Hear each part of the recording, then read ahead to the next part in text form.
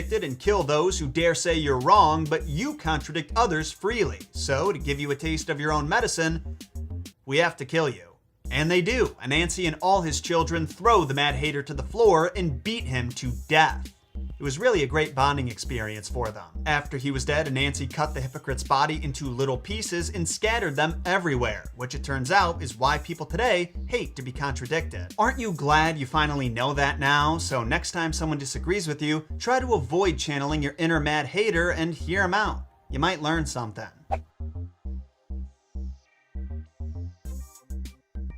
So the 4 fables I just broke down can all be found in the Annotated African American Folktales, a book I highly recommend for anyone interested in learning more about an underrepresented part of the folklore world. But these stories, along with many others from African American folklore, were first collected in the early 1900s by William Barker, an American missionary who published his collection in 1917. The other guy credited with collecting the bulk of Anansi stories we know today is Robert Rattray. He was a British ship captain and anthropologist who specialized in African studies and learned these stories directly from the Akana-Shanti people in the 1930s. Another way these stories were collected, though, was sadly through the slave trade, which brought a number of different African cultures together in the Caribbean and the Americas. As a result, variants of Anansi stories featuring similar but different trickster characters have popped up. Like Aunt Nancy can be found in the Uncle Remus stories that Joel Chandler Harris collected in the southern US. So while Anansi was a very important figure over in Africa and was how they explained, scrutinized, and questioned the world around them, you could argue that he was even more sacred to those in the Caribbean and America. Because while his stories may have changed form as they were passed on over hundreds of years and across thousands of miles, he was still a symbol of the culture of their ancestors. A culture they were ripped away from and never got to experience for themselves. And this folk hero, as questionable as his methods were, showed that it was possible to succeed even when the odds are stacked against you. A spider was able to choke out a python because he was clever, not because he was bigger, stronger, or had more power in the relationship. All he needed was some time to think and he could solve any problem. And I believe that message resonated with the people who were stolen away from their homes in the dead of night and dropped into a completely new world they had no understanding of. Not only was he a symbol of hope and rebellion, but he allowed their culture to be kept alive. And that, I think, is as good a spot as any to wrap this episode up. But don't fret, Solo fam, we will